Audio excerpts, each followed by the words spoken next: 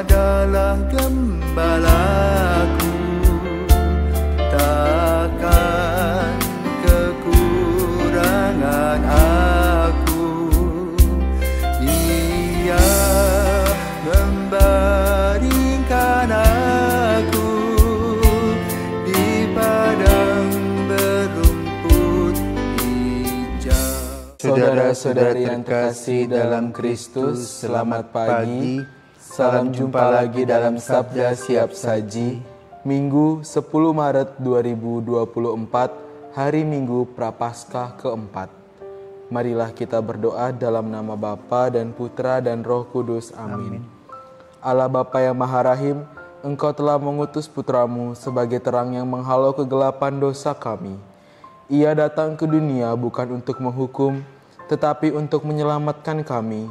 Maka kami mohon bukalah hati kami untuk melihat terang Putramu itu, sehingga kami dapat berjalan di jalan yang benar. Sebab Dialah Tuhan dan pengantara kami, yang bersama dengan Dikau dalam persatuan Roh Kudus, hidup dan berkuasa Allah sepanjang segala masa. Amin. Tuhan bersamamu Dan bersama rohmu. Inilah Injil Yesus Kristus menurut Yohanes. Dimuliakanlah Tuhan. Yohanes bab 3 ayat 14 sampai dengan 21.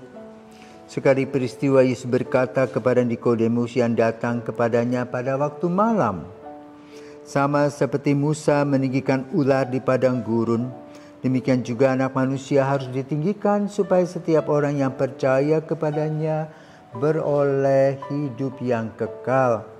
Karena begitu besar kasih Allah akan dunia ini, sehingga Ia telah mengurniakan Anaknya yang tunggal, supaya setiap orang yang percaya kepadanya tidak binasa, melainkan beroleh hidup yang kekal.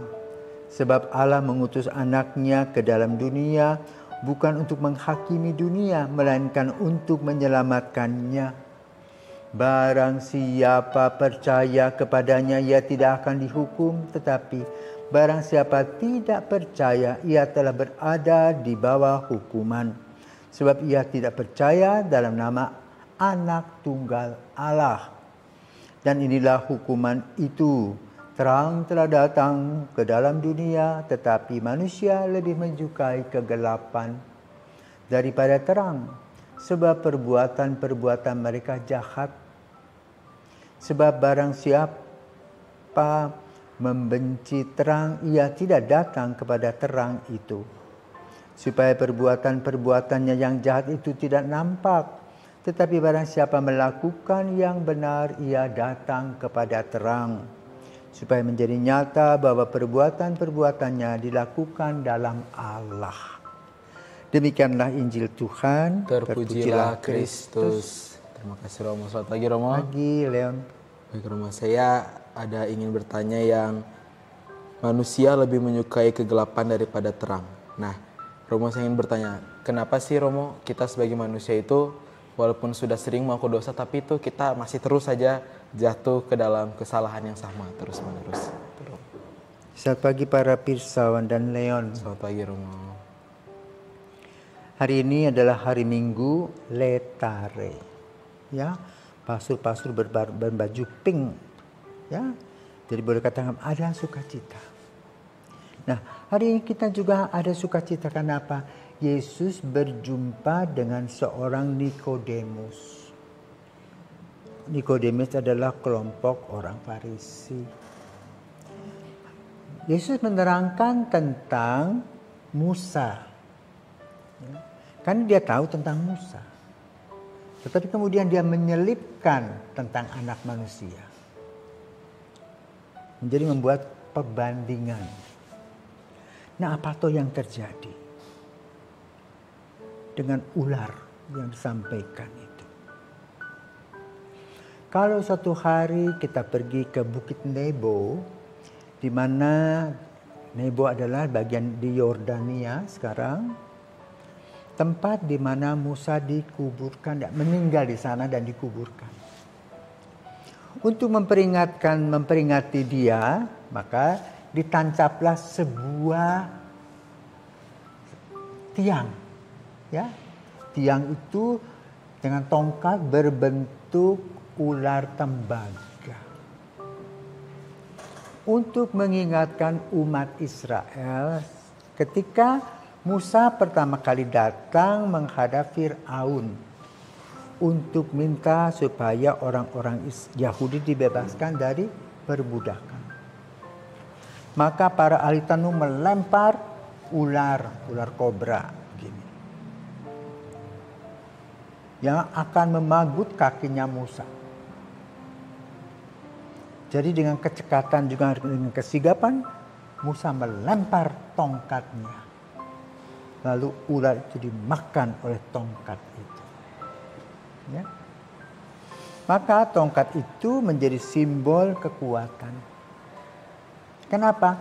Tongkat yang dipegang Musa adalah tongkat yang diberkati oleh Yahweh. Bahkan gambaran dari ular yang melingkar itu menjadi simbol dari apotek. Kenapa? Serumnya bisa ular diambil menjadi obat. Ya. Jadi di sana ada tiang tembaga, ular yang besar tembaga. Kedua, ketika Musa mulai memasuki daerah tanah perjanjian di sekitaran daerah Yordania itu, para murid ngambek karena mereka sudah bosan dengan mana, susah air, bertengkar dan mencaci maki. Maka dari hutan itu keluar ular-ular tedung. Banyak memagut orang-orang yang ribut saja, tidak beriman kepada Yahweh. Maka di padang gurun itu terjadi seleksi kehidupan. Dan yang hidup adalah orang-orang yang taat kepada Tuhan. Maka ular-ular tedung itu tangkap dan mati. Maka ketika Yesus berjumpa dengan Nikodemus, Yesus menerangkan tentang situasi ular itu. Supaya paham bahwa ada berkat Tuhan yang mematikan ular tedung. Pertama yang dimiliki oleh para para ahli magic dari Firaun. Yang kedua, bagaimana Tuhan menyeleksi orang-orang Israel di padang gurun dengan tampilnya ular-ular tedung dan Musa memberkati. Maka ular-ular itu menjadi jinak dan mati. Itulah cara Tuhan dalam perjanjian lama menyelamatkan umat Israel.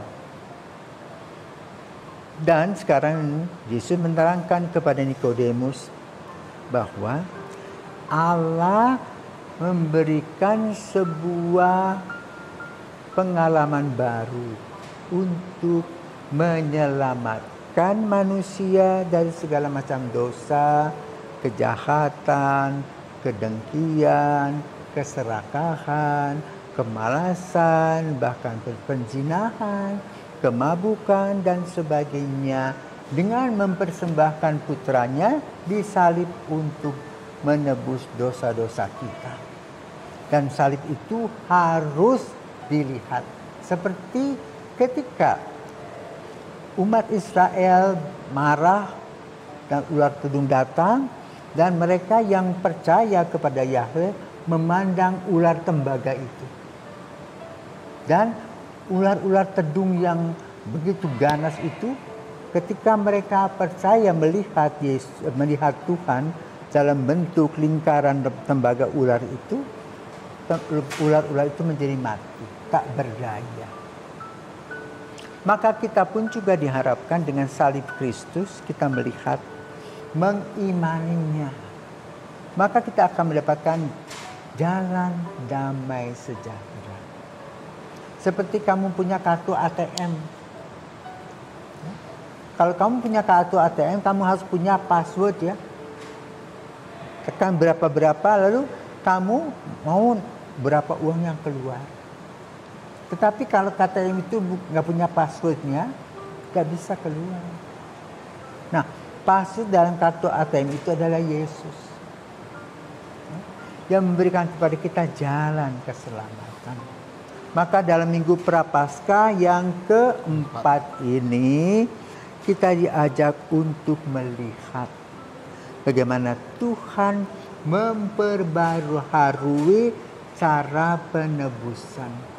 Bukan lagi melalui ular, tetapi melalui salib putranya Yesus Kristus, yang menjadi juru selamat kita atau Goel, dan kita percaya akan kehadiran Kristus itu. Inilah hadiah terindah yang Tuhan berikan kepada kita. Maka kita sebagai orang Katolik selalu diingatkan sebelum kita berdoa kita membuat tanda salib. Atau kita memakai aksesoris. Ya. Para biarawati biasa menggunakan tanda salib. Tanda kemenangan Kristus.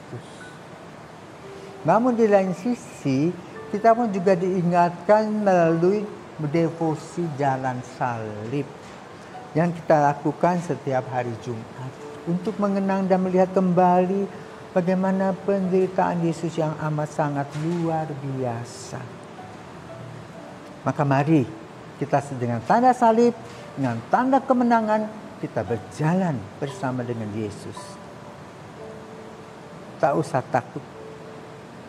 Tapi salib itu harus mengalahkan dosa-dosa kita, mengurangi dari hari ke hari dosa-dosa kita, sehingga pada saat kita merayakan Paskah, kita sudah boleh katakan semakin tipis dosa kita, dan kita boleh merasa puas diri karena apa? Kita sudah pelan-pelan mengikis kekurangan-kekurangan kita dan mengikuti Kristus dengan setia. Selamat pagi, Tuhan memberkati. Amin.